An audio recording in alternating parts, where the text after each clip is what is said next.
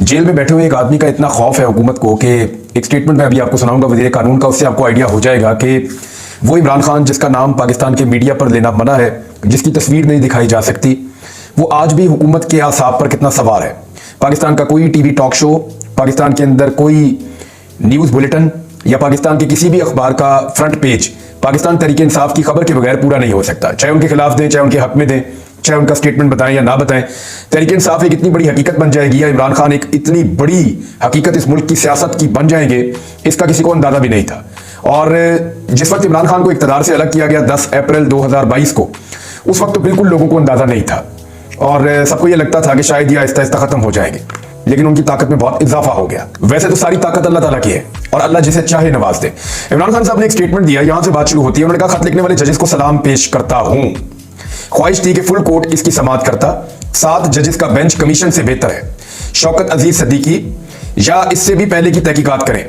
बुशरा बीबी को जहर दिया गया, इन्हें कुछ हुआ तो एस्टेब्लिशमेंट जिम्मेदार होगी। ये इमरान खान साहब का स्टेटमेंट है। लेकिन उन्होंने खत लिखने वाले जजेस ने उनको सलाम पेश किया और फिर ये कहा कि फुल कोर्ट बनना चाहिए था, लेकिन जो 7 रुकनी एक बेंच बना है, लार्जर बेंच, वो बेहतर है। जो 1 रुकनी कमीशन बनाया जा रहा था उससे तो बेहतर है, ये इमरान खान साहब ने कहा। तो अब फुल कोर्ट का जो मुतालबा है वो बैरिस्टर गौहर साहब ने दोहराया भी। उन्होंने कहा कि बानी पाकिस्तान तहरीक इंसाफ इमरान खान साहब ने जजों के मामले पर चीफ जस्टिस से फुल कोर्ट बनाने का मुतालबा किया है और इमरान खान साहब का ये मुतालबा जो है ये पाकिस्तान तहरीक इंसाफ का मुतालबा बन चुका है। पाकिस्तान तहरीक इंसाफ बार बार इसके ऊपर आवाज उठा रही है। अब जब आज के दिन इसकी समाअत होगी 11 बजे के बाद, चीफ जस्टिस काजी फायद ईसा साहब इसको सुनेंगे अपने लार्जर बेंच के अंदर बैठकर, तो बहुत सारी नई चीजें आपके सामने आएंगी।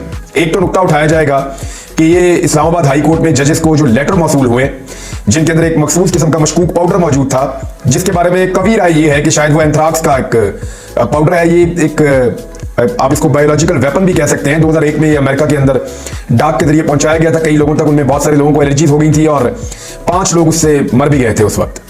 तो ये बैक्टीरिया एक किस्म का ये स्किन के जरिए से अटैक करता है, हवा में सांस के जरिए से भी अटैक करता है, यानी हवा में अगर फैल जाए तो सांस के अंदर दाखिल हो जाए या अगर आपकी स्किन पे लग जाए तो वहां से ये बैक्टीरिया असर करता है और इसके बहुत सारे सिम्टम्स होते हैं। अगर इसका प्रॉपर इलाज करके एंटीबॉडीज ना बनाई जाए तो इंसान की जान जा सकती है। ये बड़ा खतरनाक हथियार है, बायोलॉजिकल वेपन इसको कहते हैं। बहरहाल ये वो है या नहीं, इसके ऊपर तहकीकात हो रही हैं, लेकिन कभी इम्कान आते हैं और लोग ये बात कर रहे हैं कि शायद ये वही हथियार है जो जजेस को भेजा गया है लेटर्स के अंदर।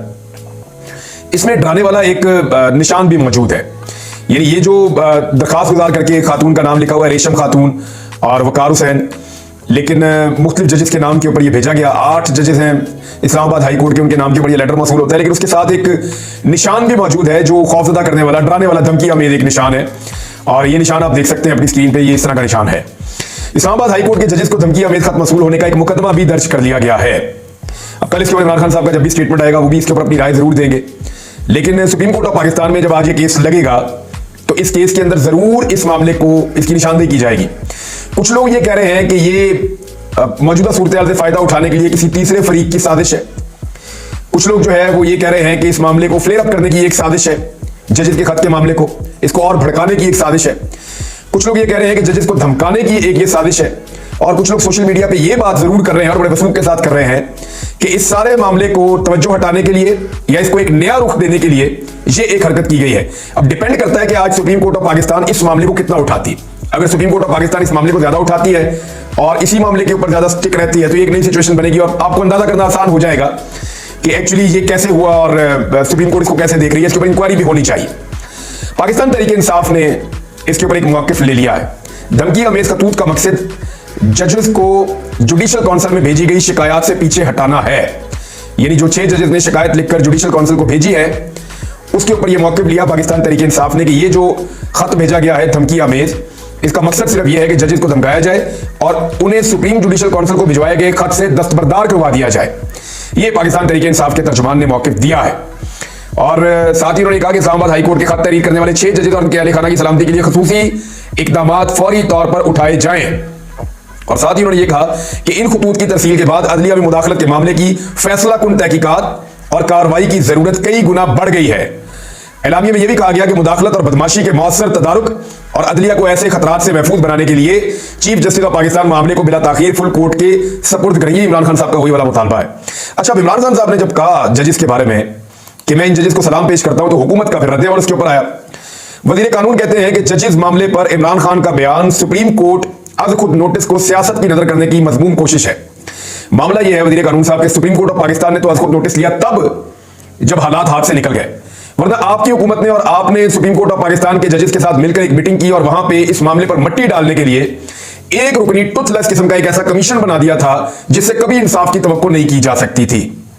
लेकिन वो कमीशन खुद ही खत्म हो गया क्योंकि तसद्दुक जिलानी साहब को समझ आ गई कि इसमें से निकल जाना चाहिए। वो उसमें से निकल गए, उनका फैमिली का प्रेशर भी था और उनके करीबी साथियों ने उनको यही मशवरा दिया कि आप इसमें से निकले भाई, इसके अंदर खाया पिया कुछ नहीं तो गिलास तोड़ा 12 ना, तो इस पे हालात आपके लिए मुश्किल हो जाएंगे, आप इसमें से निकल जाएं, आप कुछ कर भी नहीं पाएंगे और बदनामी भी अपने सर ले लेंगे। लिहाजा वो इसमें से निकल गए। सबसे पहले इसको पॉलिटिसाइज किया गवर्नमेंट ने, इसके ऊपर मट्टी डालने की कोशिश की। लेकिन एक बात बड़ी आम है कि इमरान खान जेल में बैठा हुआ है, जेल में बैठे हुए आदमी का एक जुमला या उसका एक सेंटेंस या किसी एक चीज के ऊपर एक छोटा सा मौकिफ वो आज भी कितना रेलेवेंट है कि पूरी हुकूमत और उसकी बुनियादें हिल जाती हैं। मुल्क का पूरा निजाम लड़स जाता है उस आदमी के एक जुमला बोलने पर या एक मौकिफ लेने के ऊपर। यहां से आप अंदाजा कीजिए कि यह आदमी पाकिस्तान की सियासत में कितना रेलिवेंट हो चुका है। 8 फरवरी ने जो इस मुल्क को शेक किया, इस पूरे मुल्क के निजाम की बुनियादें हिलाकर रख दी हैं 8 फरवरी ने, उसे कोई कभी भूल नहीं पाएगा। इमरान खान को हुकूमत तो नहीं दी गई, लेकिन सब ये जानते हैं कि उससे हुकूमत छीनी गई है और एक्चुअली हुकूमत पर उसका हक है।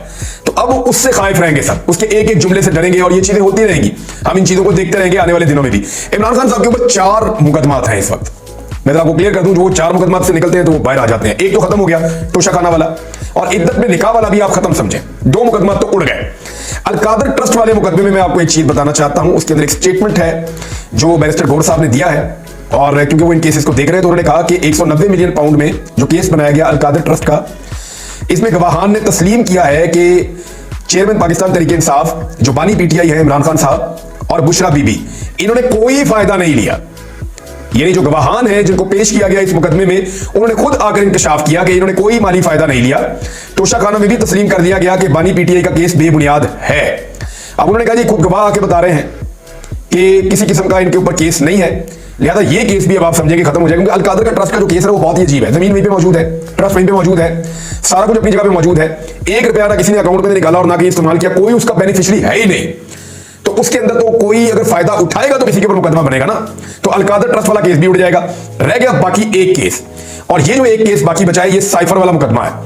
इसकी जो कल समाअत हुई है, आज दोबारा समाअत होनी है इसके बारे में। Chief justice Islamabad high court ने कहा कि हम चाहते हैं कि इसको आज के दिन में मुकम्मल कर लें। जो आज वाला दिन आप सुन रहे हैं अभी व्लॉग, इसी दिन की मैं बात कर रहा हूं कि वो चाह रहे हैं कि आज के दिन में इसको मुकम्मल कर लें, फिर बाद में इसके ऊपर फैसला महफूज होगा और फैसला सुना दिया जाएगा। साइफर केस के अंदर ऐसे ऐसे मजाक सामने आए हैं। आजम खान साहब का स्टेटमेंट जिसके ऊपर ये पूरा का पूरा मुकदमा खड़ा था, वो 2 स्टेटमेंट है। एक स्टेटमेंट जब वो गायब हो गए और मंजरे आम पर आए अचानक अगस्त के मिड में, और उन्होंने मजिस्ट्रेट के सामने एक स्टेटमेंट दिया। दूसरा स्टेटमेंट उन्होंने वो वाला दिया जो वो अदालत में इमरान खान साहब की मौजूदगी में उन्होंने एक स्टेटमेंट दिया अडयाला जेल में, जिसमें इमरान खान साहब ने उनको एक थपकी भी दी थी। इन दोनों स्टेटमेंट्स के अंदर फर्क है।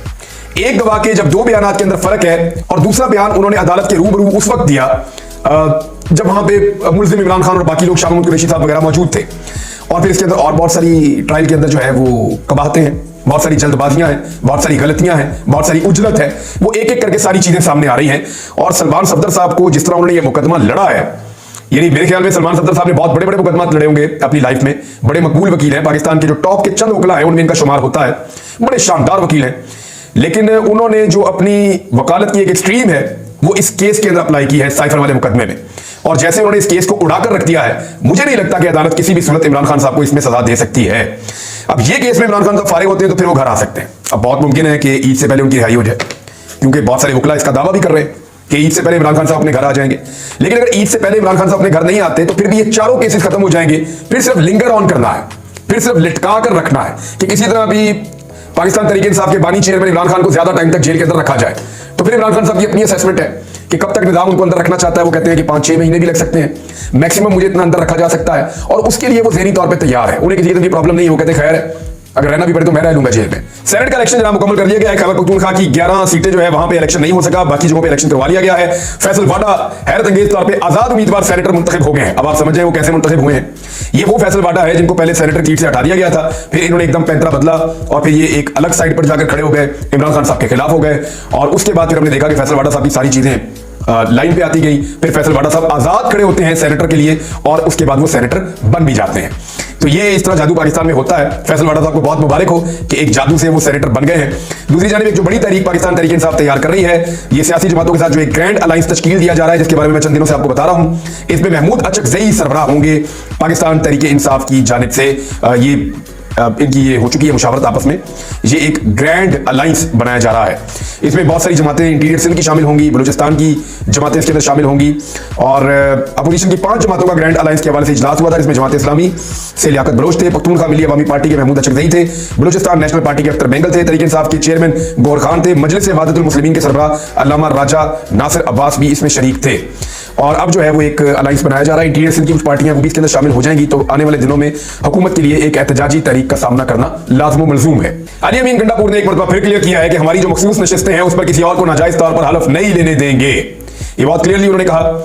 और इसके अलावा जो है वो अगर वो हलफ नहीं लेने देंगे तो उसी से मशरूत कर दिया गया है सेनेट इलेक्शन खैबर पख्तूनख्वा। कुछ लोग कह रहे हैं कि मुराद सईद का रास्ता रोका जा रहा है। मुराद सईद जो है वो वहां प्रायोरिटी पे है। अगर जब भी इलेक्शन होगा मुराद सईद सेनेटर बन जाएंगे और वो आकर हलफ भी उठाएंगे, लेकिन उनके लिए इतना आसान नहीं है कि वो इस्लामाबाद में आए और गिरफ्तारी को अवॉइड कर सके, क्योंकि वो उन लोगों में शामिल हैं जिनको गिरफ्तार करने के लिए सबसे ज्यादा कोशिश की गई है। चीफ जस्टिस ऑफ पाकिस्तान का कल का एक स्टेटमेंट में आपको जरूर बता दूं, उन्होंने कहा मोतीउल्लाह जान के केस में कुछ नहीं करती हुकूमत तो ऐसा हुक्म देंगे जो पसंद नहीं आएगा। प्रेस एसोसिएशन के वकील बैरिस्टर सलाउद्दीन ने कहा कि केस में कुछ भी अर्जेंट नहीं है। इस पर चीफ जस्टिस ने दरियाफ्त किया कि बैरिस्टर हैदर वईद कहां है। वकील ने बताया कि वो मीडिया रेगुलेशन से मुताल्लिक अपनी दरखास्त वापस लेना चाहते हैं। कादी फाइज ने कहा मगर वो अदालती कार्रवाई के लिए नहीं आए। क्या इनकी पटिशन आजादी इज़हार राय को यकीनी बनाती है या मजीद रोकती है?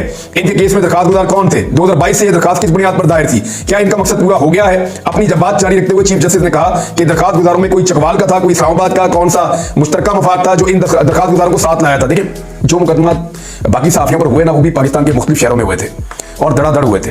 कादी फाइज साहब को मेरे ख्याल में अपने दौर के ऊपर ज्यादा गौर करना चाहिए कि आज जब वो चीफ जस्टिस ऑफ पाकिस्तान है तो इस वक्त मीडिया आजाद है या नहीं है।